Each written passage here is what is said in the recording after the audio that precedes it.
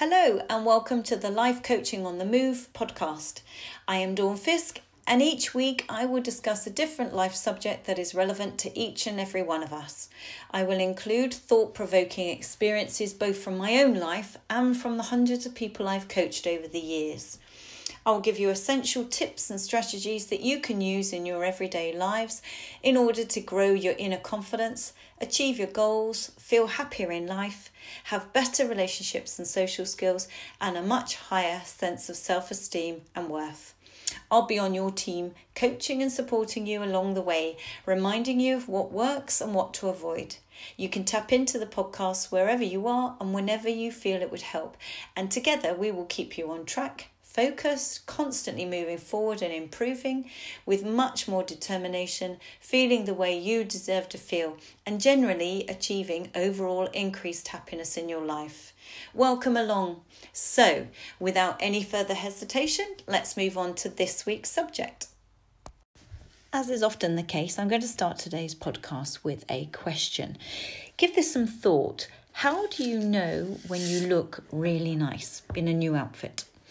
Or how do you know when you've done a particularly good job at work on something, a report or a spreadsheet or an email or presentation that you've done, or you've been for an interview for a new role? How do you determine whether you've done well or not so well?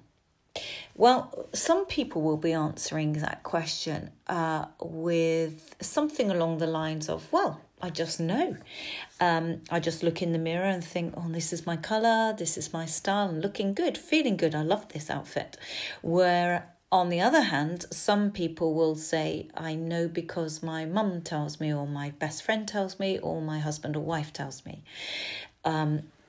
Equally with the job, they'll say, I know I've done a particularly good presentation or a good report or something because the customer will tell me, or my manager will give me good feedback or bad feedback, depending. Whilst on the other hand, some people will say, well, I just know because I know I've worked really, really hard. I know I've been conscientious. I know I've proofread it, checked all the figures, checked all the information contained. Or with a presentation, they'll say, I just know I practiced, I rehearsed, it felt good, the audience responded well, I felt good. So what I'm saying here is some people will answer by saying that they find out by external means of whether they look good or they've done something well. They need external validation from a loved one or a peer, colleague or customer. Whereas those that say, I just know, or I look in the mirror and I can see it, or I just feel it about my work, or I know about my presentation or the job interview, they are referencing that from internally. They're internally validating. Now, if you imagine this as a long scale, maybe a long line along the bottom of a flip chart with an arrow at one end and an arrow at the other, with the word internal at one end and external on the other, we're all somewhere along that spectrum, along that line. Some of us are really, really internally driven, internally validated, whereas many are at the other extreme where they're external. And some of us are somewhere in the middle. Now, there isn't a right or wrong. This isn't about judging people and putting them in the right category or the wrong category at all. But what I would say, the downside of being externally validating or relying heavily on external validation, the problem with that is if we are with people that aren't naturally very good at that or don't believe it's necessary or aren't perceptive enough to know that you need it, it may not be forthcoming. So you may be in a relationship with somebody that just doesn't believe in giving lots of compliments, for example.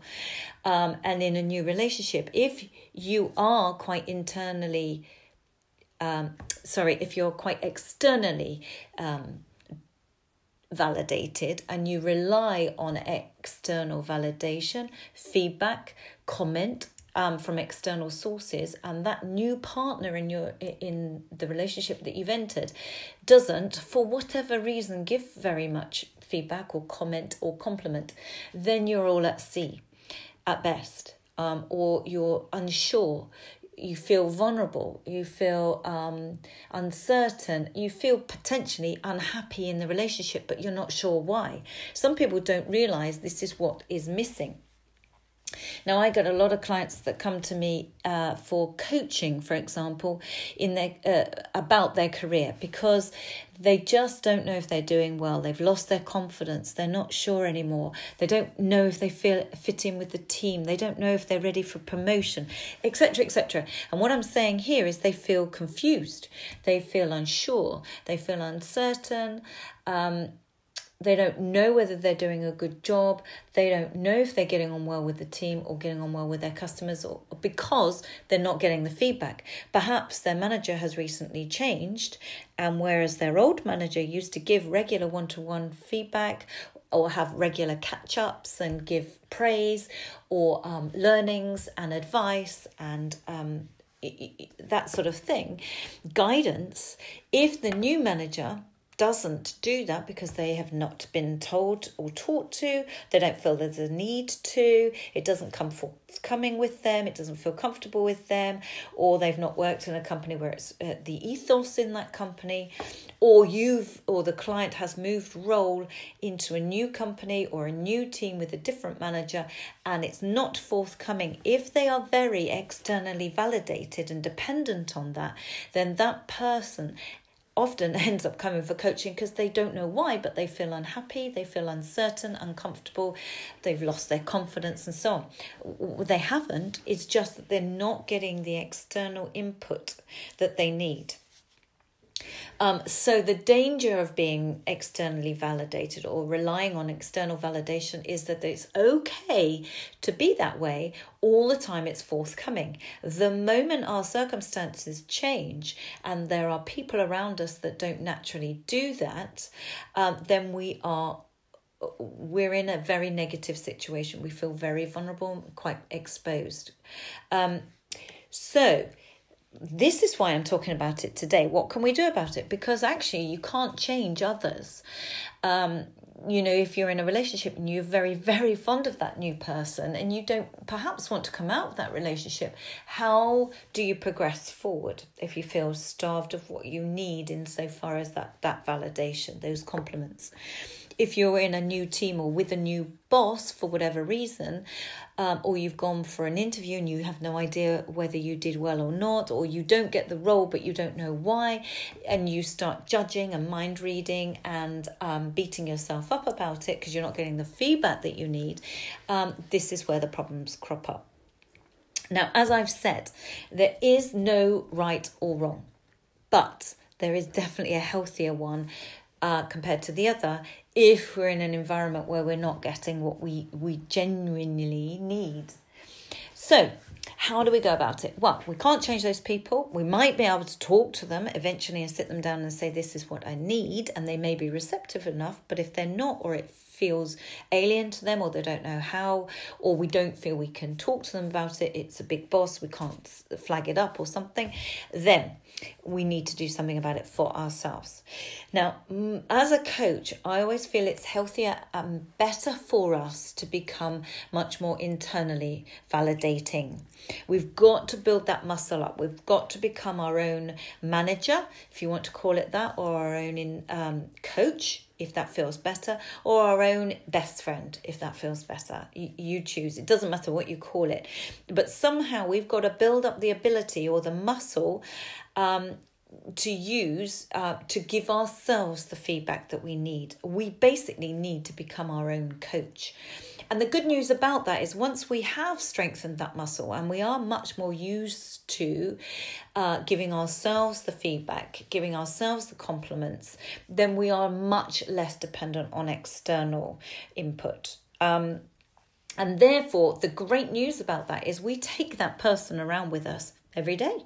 So if we are our own coach It doesn't matter what we're doing. It doesn't matter whether we're in the changing rooms of a big shop and we don't know what to buy, or we're going out on an important date or an important meeting and we're not sure what to select from the wardrobe, or we're going to do an important presentation or a job interview or customer meeting, something like that.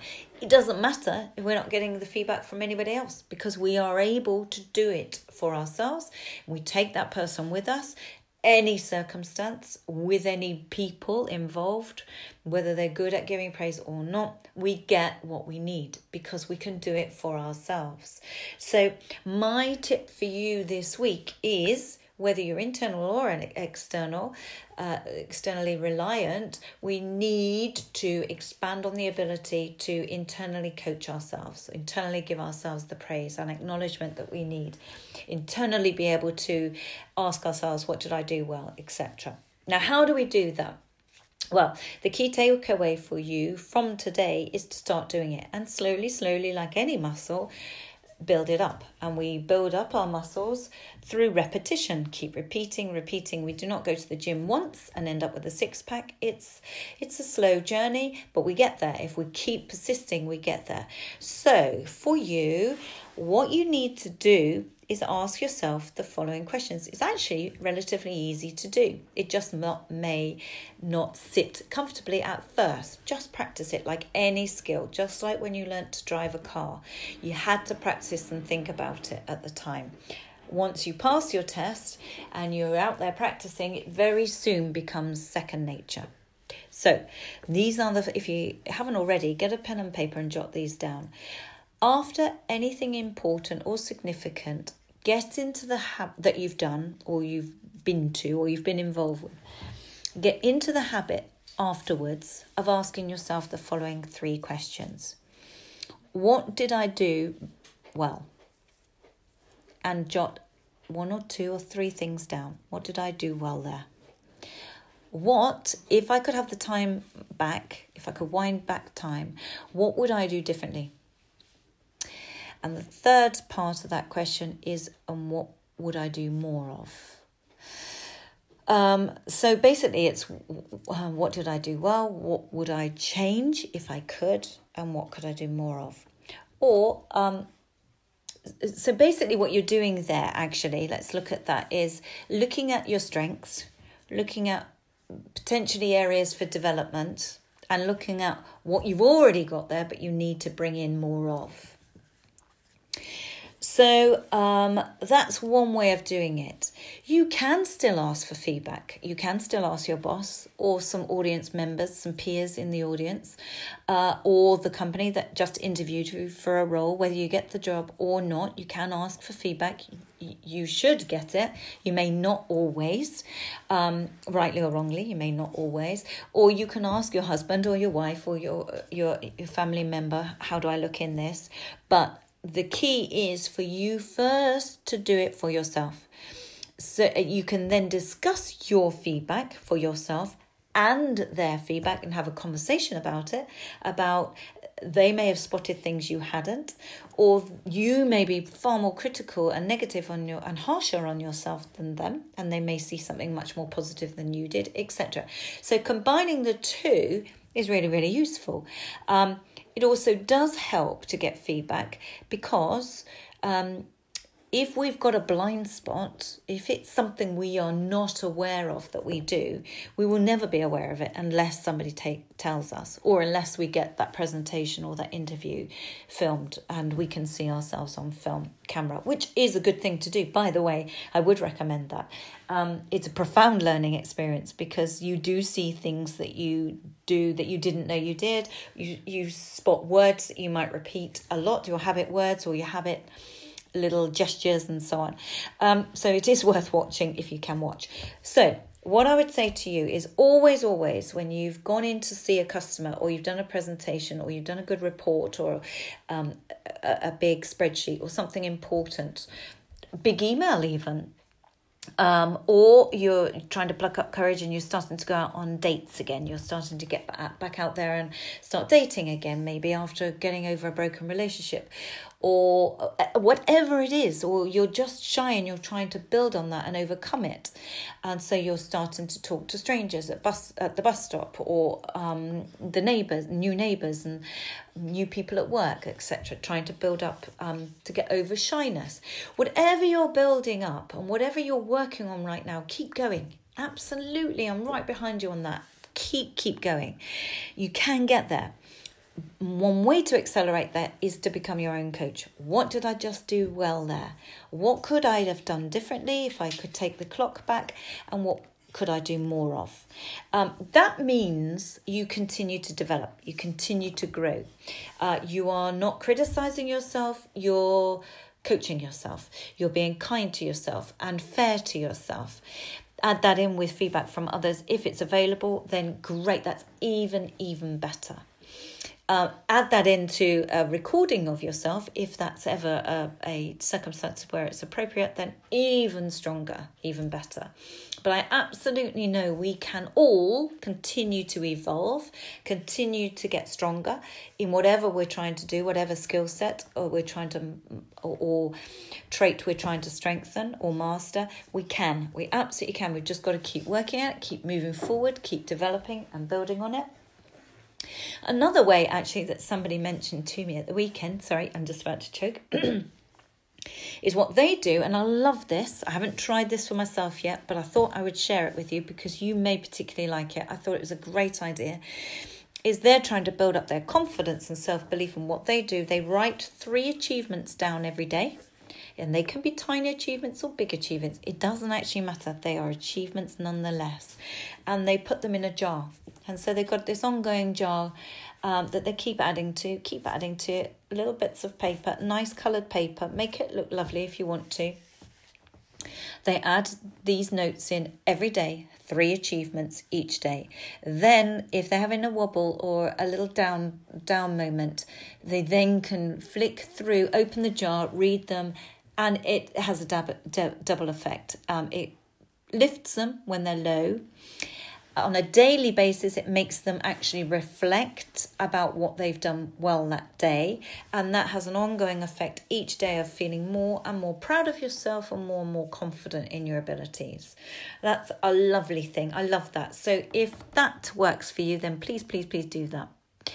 Alternatively, another thing that I get clients to do as a kind of homework, if they've got a notebook that they are using through our coaching, which I always recommend, or a nice booklet that you can call your journal or your notebook or your working tool, whatever you want to call it. But I ask them each night, last thing at night, before they turn the light off and go to sleep, to write at the top of a clean page this sentence: today I'm most proud of. And then I get them to list at least 5 things, preferably 10. And these can be tiny things or huge things. It could just be something like, I don't know, I let somebody out in the traffic jam this morning, even though I was running really late and was stressed. I helped that lady in the supermarket lift something down she couldn't quite reach. Or I smiled at that lady in the park and she then brightened up and said good morning to me. And perhaps that was the only person she spoke to all day. It can be tiny things. But actually the reason I get you to do that last thing at night is about threefold. First, it means your subconscious knows that you've got to write that list down tonight, and it sets itself the task of looking and seeking and finding 5 to 10 each day. You've kind of set it a task.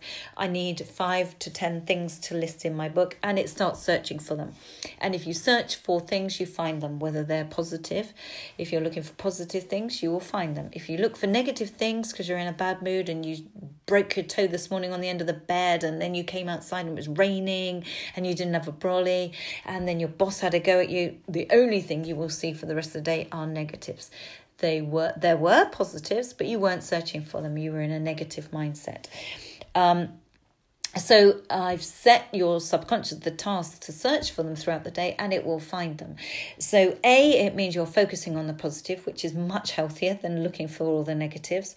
B, it's got the day to do it. And the reason I ask you to do it last thing at night is it's just before you go to sleep. So when you turn out the light, you're in a nice frame of mind, you're in a positive mindset because you've just written down your successes and your achievements and things you're proud of. So you go to sleep in a good mindset instead of the negative self-chatter that we often have. Oh, I forgot to do so-and-so. Why did I say such and such in that meeting? I wonder what they're all thinking of me, and bet they think I'm stupid, and so on and so forth. So instead of going to bed with a negative chatterbox or worrying about the morning or worrying about the events of the day or trying to second guess what other people are thinking about you and all that wasted energy, it means you go to sleep in a positive mindset, feeling good about yourself. That puts you in the right frame of mind for a good night's sleep. And therefore you wake feeling much more refreshed, and you wake ready for a good day, and you're on an upward spiral now rather than a downward spiral, which you might previously have been in. So that one was writing each night in your book, today I'm most proud of. And I would just add, it is things you've done, things you've been involved with directly, not things like my neighbour gave me a nice cup of coffee and I wasn't expecting it. What a lovely surprise. It has to be things you've done that you're proud of relating to yourself. So those are 3 different methods to use in order for you to grow that internal coach, that muscle of coaching and praising yourself. Try one or other of them, or perhaps try all 3, because the more mud you throw at the wall, the more likely some mud will stick. So keep it going. As always with these podcasts, it is important not to just listen to the theory, but to actually practice the techniques. They are such powerful techniques, but only if applied. So good luck practicing. You've got the full week to do it. But it will help build your confidence, your self-esteem, and your ability to become your own coach. And don't forget, the most important person that we're ever going to have a conversation with is ourselves. So we need to make sure that that conversation we have with ourselves throughout the day are helpful conversations, and through a developmental approach, through an approach that's trying to get you to grow and evolve and expand and get even better and even stronger at what you're doing, rather than beating you up and putting you down. And this is the way to do it. This is the start of building that up. So give it a go. Tell me, as always, about your successes. Well, we've come to the end of today's Life Coaching on the Move podcast. Thank you so much for joining me. If you found today's content helpful, then please rate and review the podcast. Just take a few seconds to write a review, because that increases the chances of other people finding and subscribing too. And they may well find all the tips and techniques as helpful in their lives as you have. Please join me again on next week's Life Coaching on the Move podcast, where again my aim will be to help you to shake things up a little bit, from doing things through routine and not questioning them and not considering whether there are better, more helpful ways of doing things. In the same way as those tiny little snow domes. Do you remember those that we used to have as children? A little scene in a plastic pod that if you shook it, all the snow would move around and settle in a different scene. And that's my aim with this podcast. I want to shake things up a little bit for you and throw in some new techniques and some new ways that will change the outcome for your future. If there are any particular subjects you would like me to cover, then please feel free to drop me an email anytime on dawn@milestone-coaching.co.uk. You can ask me questions, you can share your thoughts, your learnings and your improvements with me, or you can send a topic request. Another way of contacting me anytime is through the website at www.milestone-coaching.co.uk and select the correct tab there for Contact Me. It'd be really good to hear from you. So join me next week, but until then, have a strong, determined and very confident week.